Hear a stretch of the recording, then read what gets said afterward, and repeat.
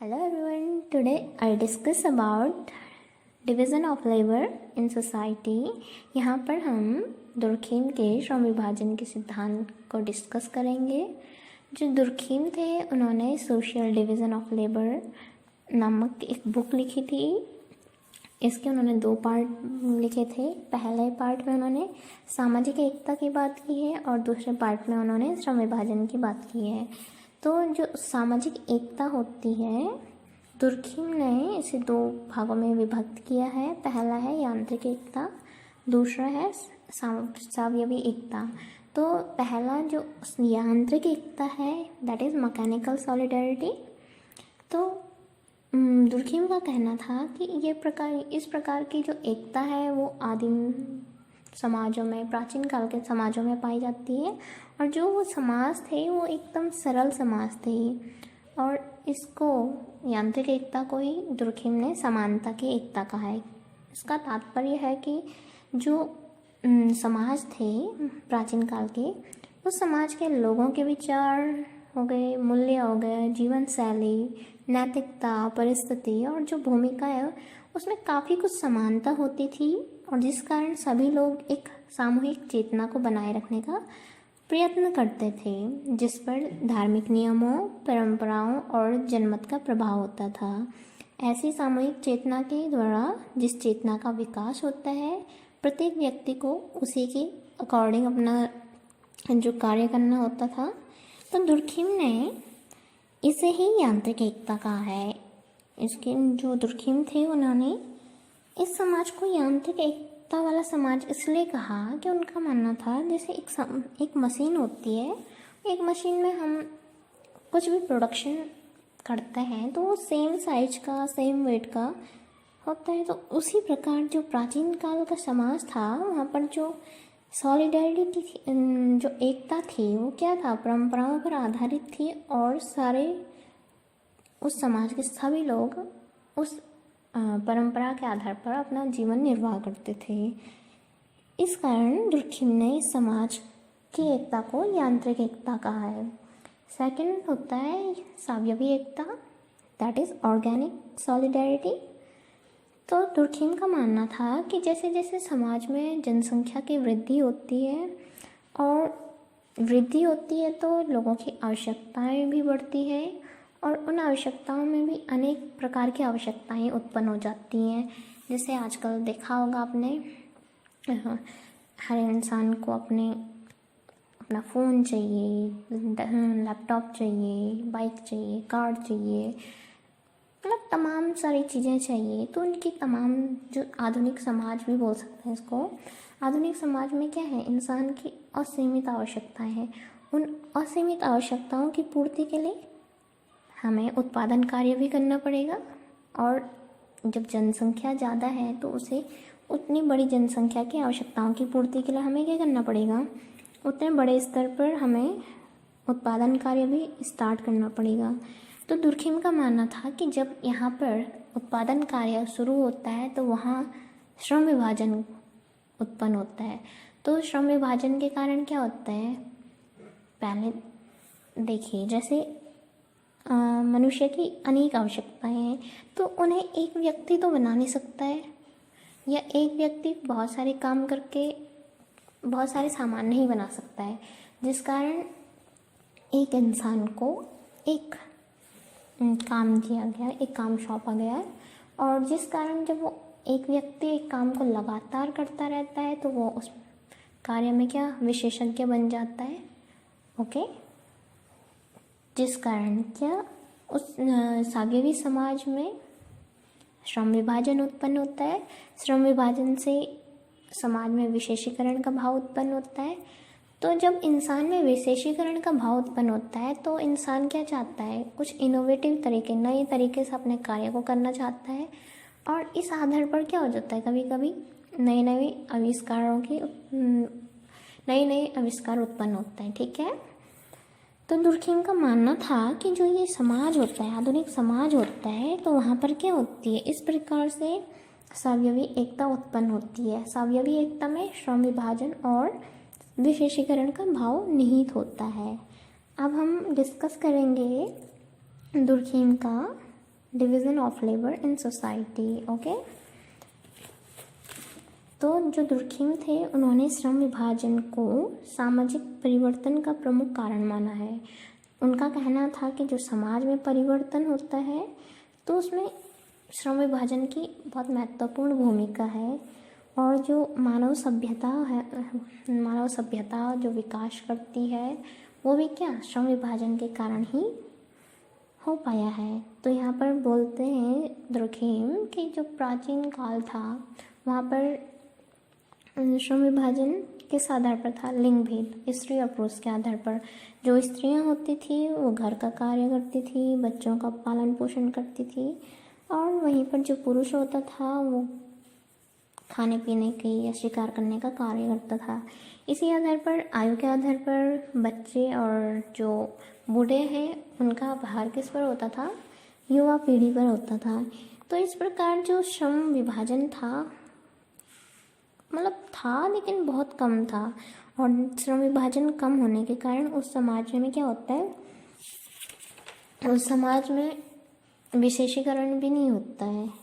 हमने पहले भी पढ़ा है यांत्रिक एकता, तो वही बात कर रहे हैं दुर्खिम कि जो यांत्रिक एकता जिस समाज में होती है वहाँ पे क्या होता है, श्रम विभाजन भी नहीं होता है, बहुत एक सरल समाज होता है, वहाँ पे आवश्यकताएं एकदम सीमित होती हैं।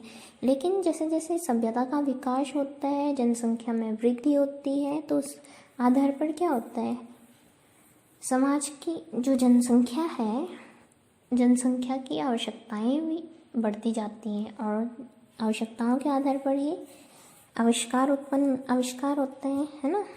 तो यांत्रिक जो समाज होता है वो यांत्रिक एकता से स्वायत्त एकता में बदल जाता है।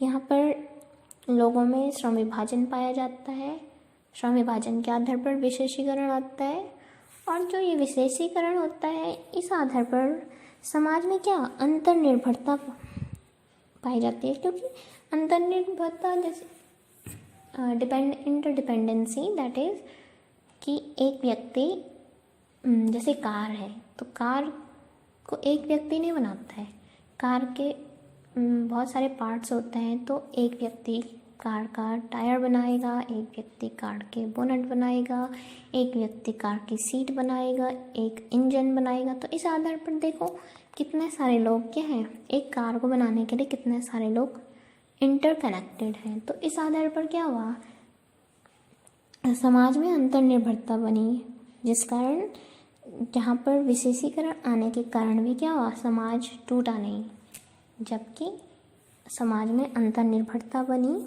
और भी बढ़ती गई। ओके, और इस प्रकार जो आधुनिक समाज था वहाँ पर स्वायत्त एकता उत्पन्न हुई। अब दुर्खिम का जो श्रम विभाजन का सिद्धांत है हमने पढ़ लिया है। अब बात आती है कि श्रम विभाजन उत्पन्न क्यों हुआ या कैसे उत्पन्न हुआ। तो जैसे हमने भी पहले भी पढ़ा कि जो श्रम विभाजन प्राचीन काल में क्या था, सरल समाज था, वहाँ पर आवश्यकताएं सीमित थी, जिस कारण वहाँ पे जो श्रम विभाजन था वो स्त्री पुरुष या आयु के आधार पर बहुत ही सीमित मात्रा में था। लेकिन जैसे जैसे विकास होता गया, जनसंख्या बढ़ी, तो जनसंख्या की आवश्यकताएं भी बढ़ी, जिस आधार पर उनकी पूर्ति के लिए क्या हुआ, बड़े पैमाने में उत्पादन कार्य शुरू हुआ।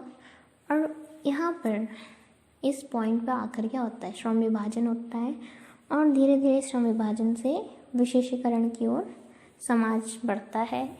ओके, तो इस तरह जो ये समाज होता है वो काफ़ी जटिल होता है। यहाँ पर व्यक्ति क्या होते हैं,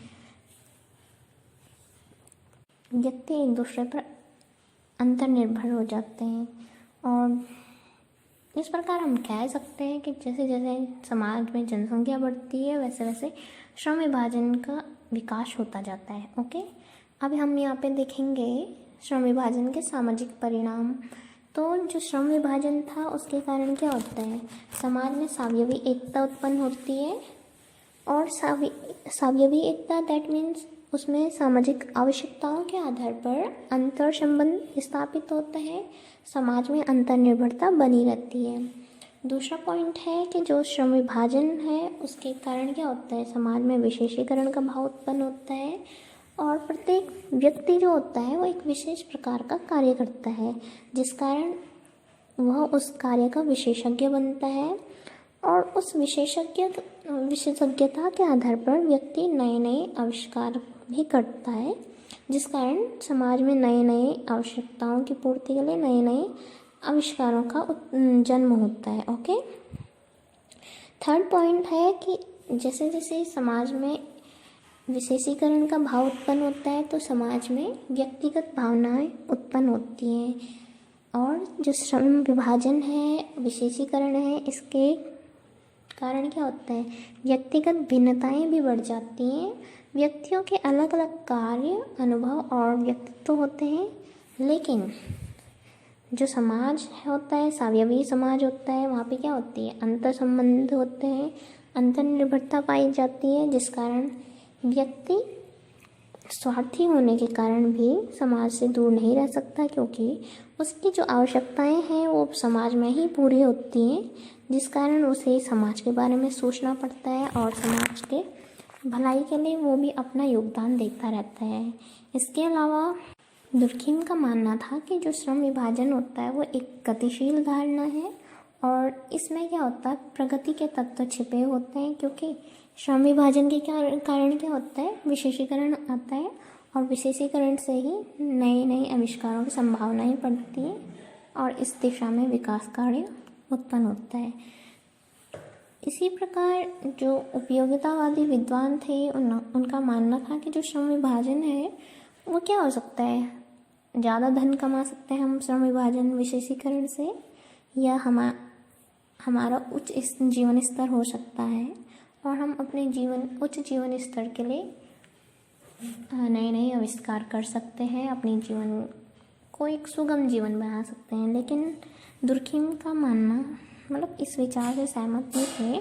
उनका कहना था कि जो श्रम विभाजन है वो एकमात्र उद्देश्य और परिणाम आर्थिक उत्पादन की वृद्धि, अधिकाधिक सुख प्राप्ति और धन की वृद्धि नहीं है, बल्कि जो श्रम विभाजन है और विशेषीकरण का भाव है वो समाज को बनाए रखने, संगठित करने का कार्य करती है।